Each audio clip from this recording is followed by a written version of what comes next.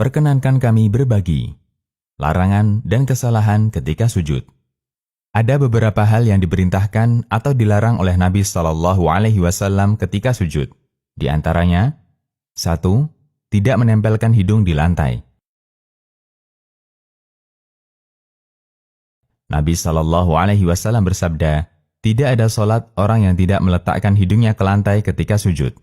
Nabi SAW juga bersabda, la yaqbalullahu salatan la yusibul anfu minha ma yusibul jabin. Yang artinya, Allah tidak menerima solat bagi orang yang tidak menempelkan hidungnya ke tanah, sebagaimana dia menempelkan dahinya ke tanah. Hadis riwayat Ibnu Abi Syaibah, Abdur Razzaq, dan disahihkan Al-Albani. Tidak menempelkan hidung di lantai menunjukkan sikap meremehkan sujud yang sempurna. Karena itu, Nabi SAW memberikan ancaman keras bagi mereka yang tidak menempelkan hidung ketika sujud.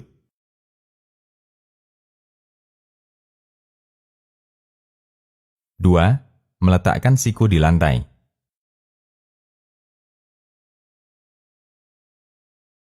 Kesalahan ini disebutkan dalam hadis dari Anas bin Malik radhiyallahu anhu.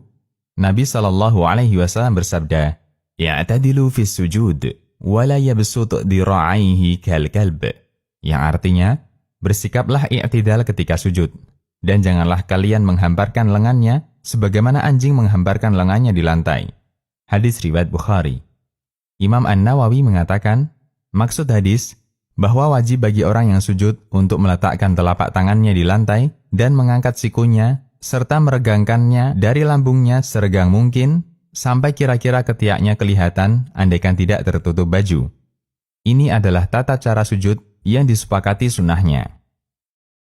3. Membaca Al-Quran ketika sujud. Terdapat hadis yang melarang membaca Al-Quran ketika sujud.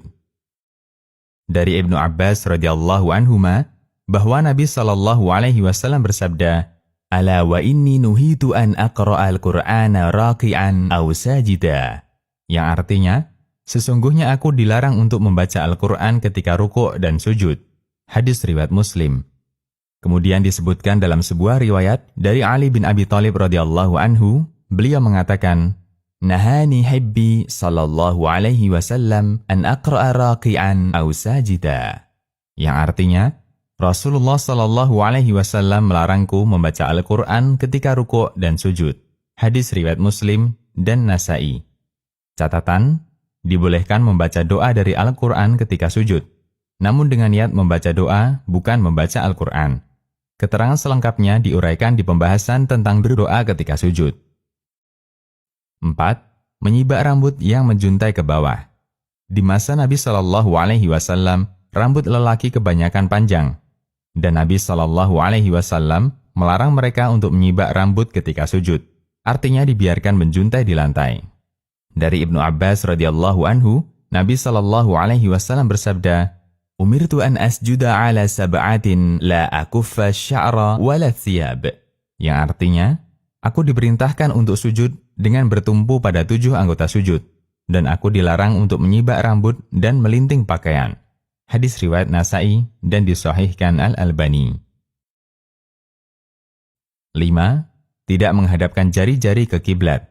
Seringkali pelanggaran ini kita jumpai di kalangan kaum muslimin, padahal mereka mampu untuk melakukannya, baik jari kaki maupun jari tangan. Ada yang membiarkan jari kaki ke arah membelakangi kiblat, ada yang sujud sambil bertumpu di ujung-ujung jari tangan, sementara telapaknya diangkat. Semua ini menunjukkan kurangnya kesungguhan mereka dalam bersujud. Padahal Nabi SAW suka menghadapkan anggota tubuhnya ke arah kiblat ketika sholat, sampai beliau menghadapkan jari jempolnya ke arah kiblat. Sebagaimana keterangan Ibnu Umar radhiyallahu anhuma, beliau mengatakan, Nabi SAW suka menghadapkan anggota tubuhnya ke arah kiblat ketika sholat, sampai beliau menghadapkan jari jempolnya ke arah kiblat. Hadis riwayat Ibnu Sa'ad dan disahihkan Al-Albani dalam buku Sifat Salat. Semoga Allah membimbing kita untuk bisa melaksanakan sunnah-sunnah Nabi-Nya sallallahu alaihi wasallam. 6.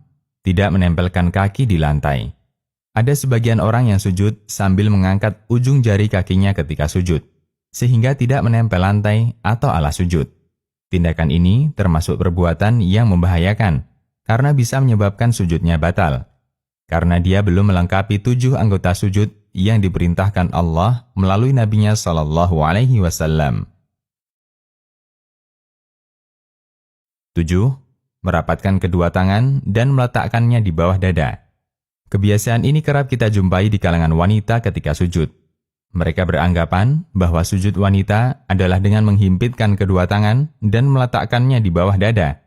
Padahal hadis yang menceritakan hal ini adalah hadis lemah yang tidak bisa dijadikan sebagai dalil, sebagaimana yang telah diuraikan pada pembahasan sebelumnya tentang tata cara sujud wanita. Demikian, semoga Allah mudahkan bagi kita untuk menyesuaikan dengan sunnah dalam setiap ibadah yang kita lakukan. Allahu a'lam.